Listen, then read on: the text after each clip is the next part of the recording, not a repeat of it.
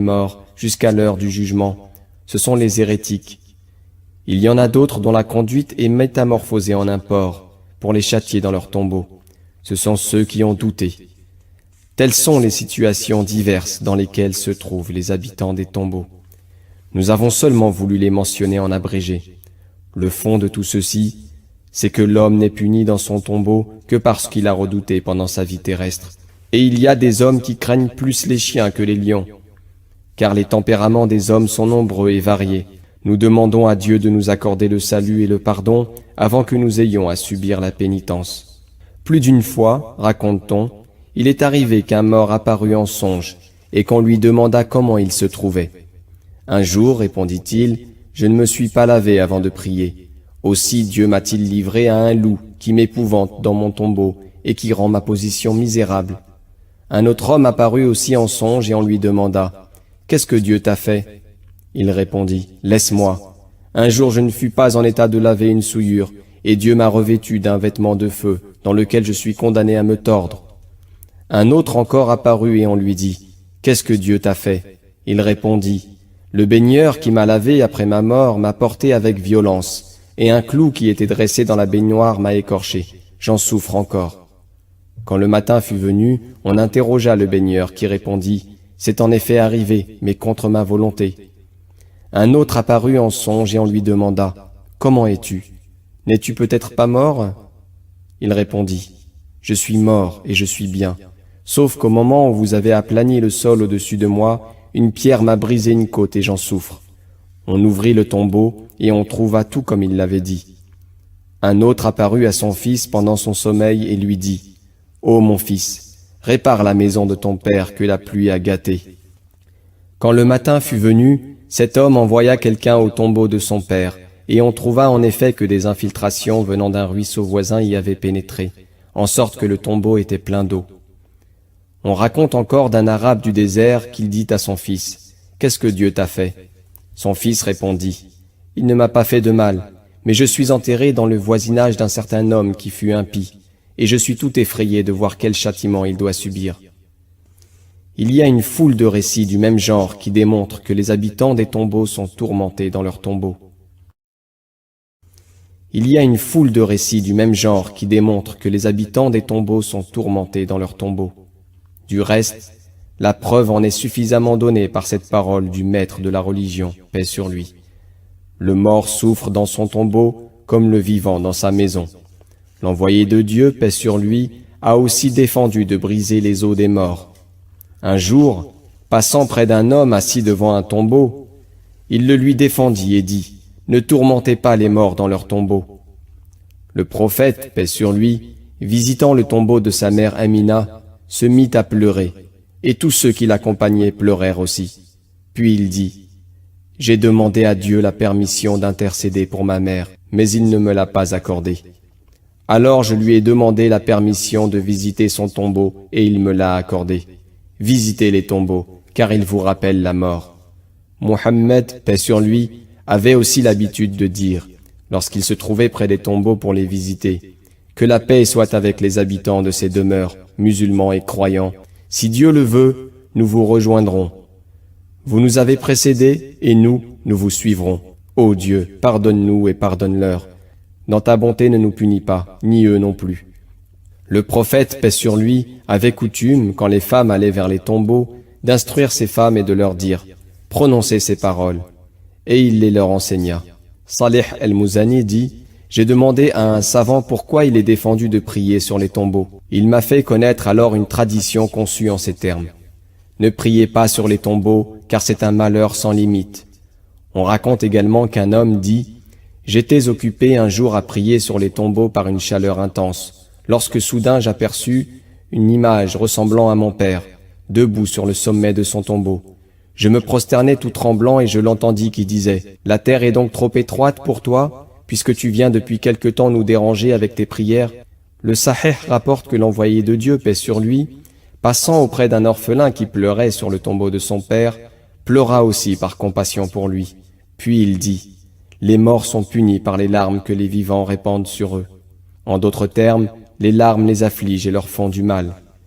Que de morts sont apparus en songe, qui interrogés sur leur état ont répondu, mon état est mauvais à cause de celui-ci et de celle-là qui pleurent abondamment sur moi.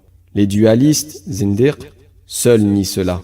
Le Sahih rapporte que l'envoyé de Dieu, paix sur lui, a dit, quand l'un de vous passe près du tombeau d'un croyant, son frère, qu'il a connu sur cette terre, et qu'il lui adresse un salut, il est impossible que le mort n'en ait pas connaissance et ne lui rende pas son salut. Le prophète, paix sur lui, dit encore en se détournant d'un linceul qu'on portait en terre, les morts entendent le bruit de vos pas. Et s'ils entendent le bruit des pas, à plus forte raison doivent-ils entendre toute autre chose. Un homme lettré mourut sans laisser de testament. Ensuite il se mit à hanter sa maison pendant la nuit, disant, donnez à celui-ci telle et telle quantité de blé, et rendez à celui-là le livre qui se trouvait depuis quelque temps en dépôt chez moi. Au matin, les habitants de la maison se communiquèrent les uns aux autres ce qu'ils avaient vu. Ils donnèrent le blé en question et cherchèrent le livre. Ils furent fort étonnés de ne pas le trouver. Mais quelque temps après, on le trouva dans un des recoins de la maison. Un autre homme a fait le récit suivant. Notre père, dit-il, avait engagé un maître pour nous donner des leçons dans notre maison, mais il arriva qu'il mourut. Au bout de 6 jours, nous sortîmes pour aller visiter son tombeau, et nous nous mîmes à nous rappeler les uns aux autres la volonté de Dieu. Vint à passer près de nous un marchand de figues. Nous lui achetâmes un plat que nous mangeâmes en jetant les tiges sur le tombeau. La nuit suivante, le shir vit le mort lui apparaître en songe et lui demanda comment il se portait. « Je suis très bien, répondit-il, sauf que tes enfants ont fait de mon tombeau un tas d'immondices et y ont tenu des propos sur moi, disant « ce n'était après tout qu'un incrédule ». Le shir nous réprimanda à ce sujet. Quant à nous, nous dîmes « louange à Dieu ». Il ne cesse de nous tourmenter dans l'autre monde comme dans celui-ci. Il y a une foule d'histoires du même genre. J'ai seulement voulu en citer quelques-unes à titre d'exemple et d'avertissement, afin que du moindre on puisse conclure au plus grand. Les habitants des tombeaux se partagent en 4 catégories. Premièrement, il y en a qui sont couchés sur le dos jusqu'à ce que leur personnalité s'efface, que leurs cadavres enflent et tombent en poussière. Ensuite, ils circulent sans cesse dans le monde supraterrestre, au-dessous du ciel inférieur. En second lieu, il en est auxquels Dieu envoie le sommeil, en sorte qu'ils ne savent pas ce qui leur arrive. Ils ne se réveillent qu'au premier son de la trompette et meurent. Troisièmement, il y en a qui ne restent que 2 ou 3 mois dans leur tombeau. Ensuite leur âme s'envole, emportée par un oiseau qui monte avec elle jusqu'au paradis. Le Sahih rapporte que le maître de la religion, paix sur lui, a dit « L'âme du croyant est un oiseau qui se perche sur les arbres du paradis. » De même, dans le livre intitulé « Al-Ma'na al-Sahih wal-Wajh al-Hasan », il est dit que le prophète, paix sur lui, interrogé au sujet des esprits des martyrs, répondit « Les esprits des martyrs sont dans les jabots d'oiseaux verts perchés sur les arbres du paradis. Il y a aussi des hommes qui, lorsque leur personnalité a disparu, sont emportés en haut, jusque près de la trompette du jugement, et ne cessent pas de s'y tenir attachés jusqu'à ce qu'on s'en serve pour donner le signal. La 4e catégorie se compose exclusivement des prophètes et des saints. Ils ont le droit de choisir. Il y en a parmi eux qui préfèrent rester sur la terre et y circuler jusqu'à ce que vienne l'heure du jugement dernier. On a souvent vu pendant la nuit. Je pense qu'Abu Bakr et Omar sont de ce nombre.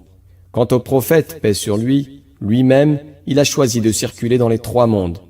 Il a dit un jour au sujet de cette détermination, afin de donner un avertissement et un conseil, « Dieu m'honore trop pour me laisser sur la terre plus de 3 dizaines d'années. » Car Al-Hussein fut tué au commencement de la 30e année, et le prophète, irrité contre les habitants de la terre, monta au ciel. Un homme intègre l'aperçut en songe et lui dit, « Ô envoyé de Dieu, pour toi je donnerai mon père et ma mère. Que penses-tu de la tentation de ton peuple ?» Il répondit, « Que Dieu leur augmente la tentation. Ils ont tué le Hussein. Ils n'ont pas eu égard à moi en faisant cela. » Puis il prononça un long discours qui demeura inintelligible pour celui qui rapporte cette tradition. Il y en a parmi eux qui ont choisi comme demeure le 7e ciel. De ce nombre est Ibrahim. La tradition rapporte que Mohammed, paix sur lui, passa auprès de lui et le vit adossé contre la maison habitée, El-Bayt el-Ma'mour, et entouré des enfants des musulmans. Jésus se trouve dans le 5e ciel. Dans chaque ciel, il y a des envoyés de Dieu et des prophètes qui n'en sortent pas et ne se déplacent pas jusqu'à l'anéantissement. Il n'y en a parmi eux que 5 qui aient le choix, à savoir l'ami, l'interlocuteur, l'esprit, le choisi et le bien-aimé. Ceux-là vont où ils veulent dans les 3 mondes. Quant aux saints, il y en a parmi eux qui n'ont point encore été appelés à renoncer à leur mission terrestre. C'est ainsi qu'on raconte d'Abou Yazid qu'il se trouve au pied du trône, mangeant les mets placés sur une table. Telles sont les 4 catégories dans lesquelles rentrent les habitants des tombeaux. Les uns sont punis, les autres sont graciés. Les uns sont méprisés, les autres sont honorés. Ceux d'entre les morts qui errent sur la terre entourent les mourants au moment de leur dernier soupir et remplissent les maisons au point